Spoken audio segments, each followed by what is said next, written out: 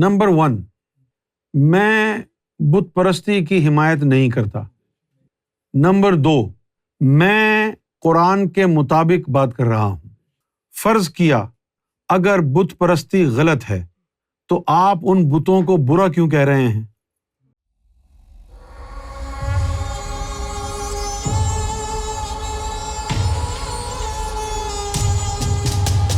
قرآن مجید میں اللہ کا حکم ہے کہ تم کسی کے خدا کو برا مت کہو، وہ تمہارے خدا کو برا کہے گا۔ جو یہ طریقہ ہے، آپ ہندوستان میں رہ کے بتوں کو گالیاں دیں، بتوں کو برا بھلا کہیں، ان کو توڑنے کا منصوبہ بنائیں اور پھر کہیں کہ آپ امن پسند ہیں، یہ امن پسندی کا مظاہرہ ہے؟ امن پسندی کا مظاہرہ یہ ہے کہ آپ ان کے دھرم کو، مذہب کو نہ چھیڑیں، آپ پیار کا پیغام دیں، محبت کا پیغام دیں، کیونکہ اللہ کا حکم ہے۔ یہ دیکھیں قرآن مجید میں لکھا ہوا ہے کہ تم کسی کے خدا کو برا مت کہو ورنہ وہ تمہارے خدا کو برا کہے گا۔ تو اگر یہ قرآن کی آیت بھی آپ کی سمجھ میں نہیں آتی ہے تو آپ کو ریئل پرابلم ہے مجھ سے۔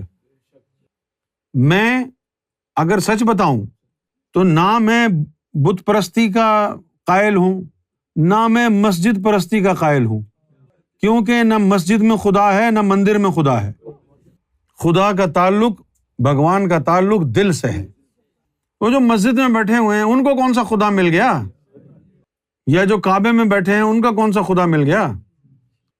جس پتھر سے بت بنا ہے اسی پتھر سے کعبہ بنا ہے۔ جو لوگ انسانیت کو اکٹھا کرنے کے لیے آتے ہیں، جو لوگ نفرتیں ختم کرنے کے لیے بٹھائے جاتے ہیں، جو لوگ رنجشیں ختم کرنے کے لیے بٹھائے جاتے ہیں، وہ ایسی باتوں پر آگ نہیں لگاتے، فتنہ نہیں پھیلاتے۔ یا تو بتوں کو توڑنے سے دنیا کے سارے مسائل حل ہو جائیں، کفر ختم ہو جائے، تو پھر بھی آدمی غور کرے چلو بھائی بتوں کو توڑ ہی دو۔ لیکن بتوں کو توڑنے سے تمہارے اندر جو شیطان بیٹھا ہوا ہے وہ سدھر جائے گا؟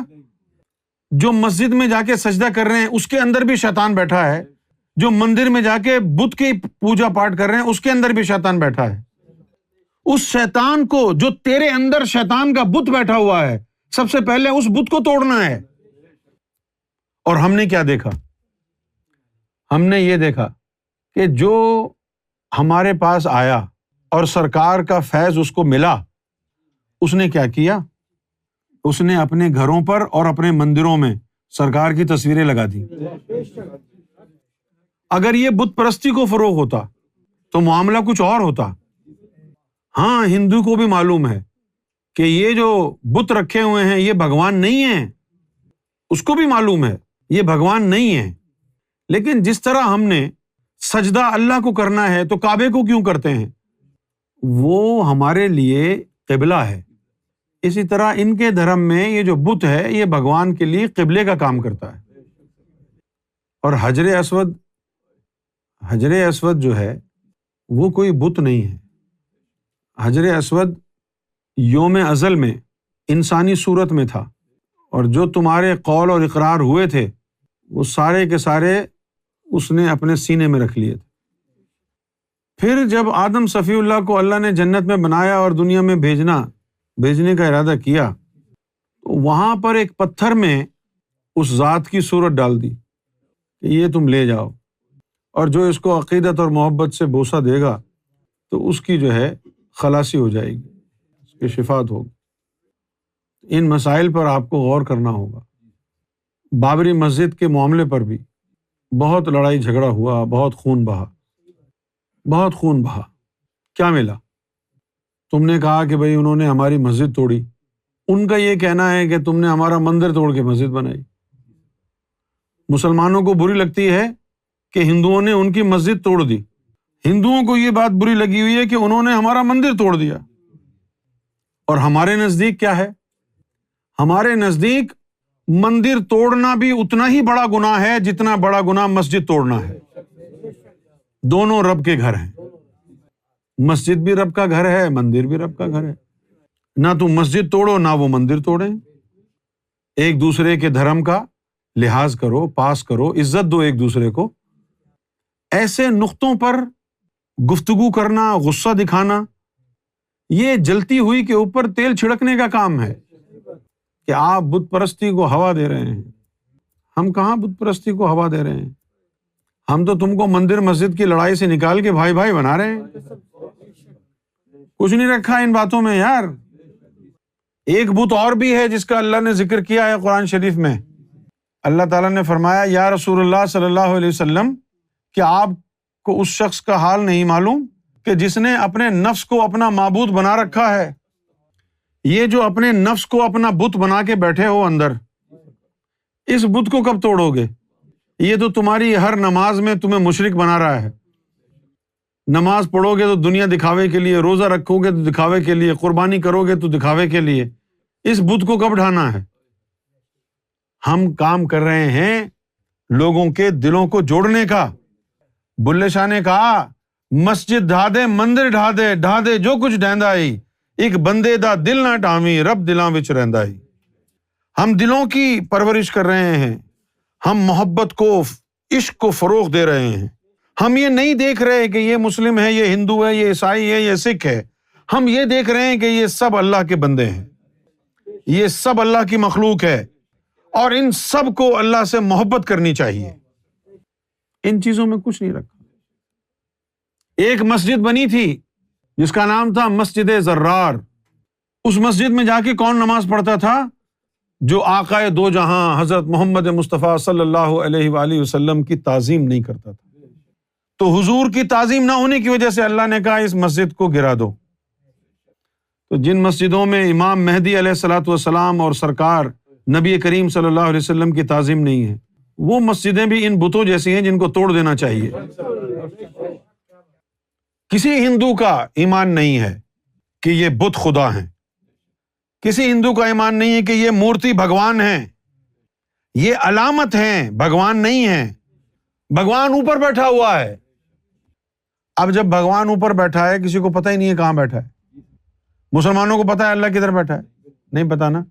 اچھا، اب اللہ کعبہ نہ بنواتا تو تم سجدہ کس طرف کرتے؟ اللہ کا تو پتہ ہی نہیں ہے کدھر ہے۔ اس لیے اس نے کہا جی میں یہ ایک نشان لگا دیتا ہوں، یہاں کر لیا کرو، مجھ تک پہنچ جائے۔ تو یار ہندوؤں کو بھی تو کچھ کہا ہوگا، تبھی تو انہوں نے کہ بھئی رب ایسا ہوگا، رب ویسا ہوگا، مورتی بنا لی اور اس کو ماتھا ٹیکنے لگے، کیونکہ ان کو پتہ ہی نہیں ہے رب کہاں ہے، لہٰذا وہ اس کو ماتھا ٹیک رہے ہیں تاکہ یہ سجدہ ان کا وہاں چلا جائے۔ اس پتھر کی مورتی کو کوئی نہیں سمجھتا کہ یہ بھگوان ہے۔ سب کا یہی ایمان ہے کہ بھگوان اوپر بیٹھا ہوا ہے، نیلی چھتری والا۔ اب ظاہر ہے کہ حقیقت جو ہے سارے لوگوں کو تو معلوم نہیں ہوتی۔ ہندو بھائیوں میں بھی چند لوگ ہیں جن کو ہندو دھرم کی حقیقت کا پتہ ہے، وہ صحیح جانتے ہیں کہ ہندو دھرم کیا ہے۔ زیادہ تر لوگ ایسے ہیں جو ہندو دھرم کو اسٹڈی نہیں کیا، انہوں نے جو سنا وہ بلیو کر لیا۔ اسی طرح مسلمانوں میں بھی کتنے لوگ ہیں جو دین اسلام کو جانتے ہیں، 73 فرقے تو ابھی بنے ہوئے ہیں۔ کوئی نبی پاک صلی اللہ علیہ وسلم کی سے محبت کرتا ہے اور کوئی ان کی برائی کرتا ہے، کوئی مولا علی کو اپنا مولا سمجھتا ہے، کوئی کہتا ہے جی وہ ایسے ہی تھے بس۔ تو جن کو حقیقت معلوم ہوتی ہے ان کی تعداد ہمیشہ کم ہوتی ہے۔ عام لوگ مسجد اور مندر میں ماتھا ٹیکنے جاتے ہیں عادت کے طور، لوگوں کو دکھانے کے لیے کہ جی ہم مسلمان ہیں، ہم ہندو ہیں۔ ایسے ہندوؤں کو نہ بھگوان سے مطلب ہے، ایسے مسلمانوں کو نہ اللہ سے مطلب۔ جو ہندو یہ سمجھ رہے ہیں کہ یہی بھگوان ہے جو مندر میں مورتی رکھی ہے، ان کو کیا پتا ہندو دھرم کیا ہے۔ اسی طرح ان مسلمانوں کو جن کو یہ بتایا گیا ہے کہ یہ باقی سب کافر ہیں، مارو پکڑ کے، ان کو کیا پتا اسلام کیا ہے۔ تمہارے مسلمان، تمہارے عالم تو آج یہ کہتے ہیں کہ ہندو نجس ہے، ناپاک ہے، عیسائی ناپاک ہے، یہودی ناپاک ہے، مسجد میں نہیں آنے دو۔ لیکن محمد رسول اللہ صلی اللہ علیہ وسلم نے یہودیوں کو اور عیسائیوں کو اپنی مسجد میں آ کے کہا یہاں پر اپنے رب کی عبادت کرو۔